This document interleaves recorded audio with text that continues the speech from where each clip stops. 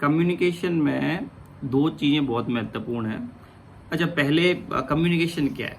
Basically effectively हम अपने thoughts को या जो भी मैसेज है उसको सामने वाले को बता पाते हैं with the intention to change his behaviour, that is communication.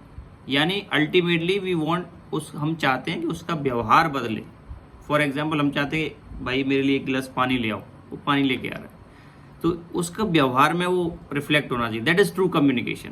Similarly teaching भी है, हम पढ़ा रहे हैं तो बेसिकली उनका व्यवहार, हाथ धोने की तरीका सिखा रहे हैं तो हाथ धोने के तरीके में बदलाव आए कि हाथ धोएं खाने से पहले। So communication is basically the passage of message with the intention to change in the behaviour, that is communication. Communication में अगर आप देखेंगे तो दो पार्ट हैं। There are two kind of basically communication. One is verbal communication, another is non verbal communication. Verbal communication mean जहां words आते हैं, शब्द, और नॉन वर्बल यानी शब्द नहीं आते।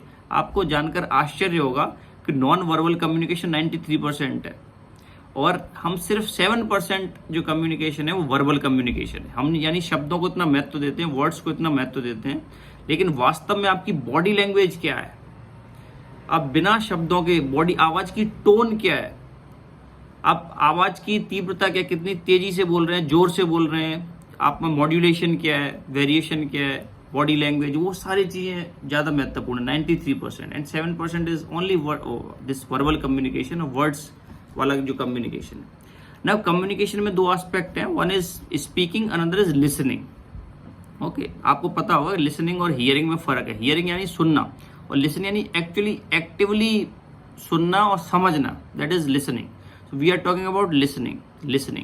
Now speaking और listening, इन दोनों में से भी अगर आप मुझसे पूछें which one is more important, then I would say the listening part is more important.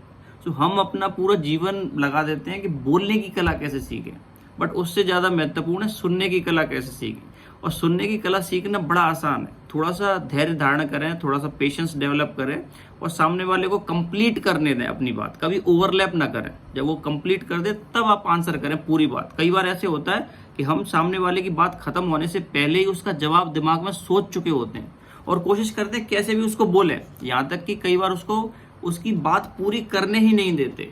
So that is a poor communication.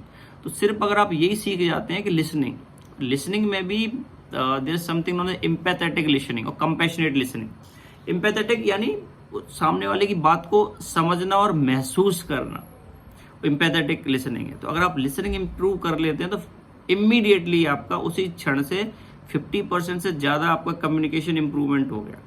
That is now there is one more thing, the close loop communication. Close loop communication में क्या है कि आपका feedback, for example आपने मुझसे बोला कि मैं जाके मेरे लिए एक गिलास पानी ले आइए, तो उसका मैं फीडबैक दूंगा, ठीक है मैं आपके लिए एक गिलास पानी लेने जा रहा हूँ, दैट इज क्लोज। सो आपने फीडबैक भी दिया और फीडबैक इस तरीके से दिया जिसमें वो मैसेज इनडायरेक्टली रिपीट किया, जिससे कोई कंफ्यूजन होने की संभावना नहीं।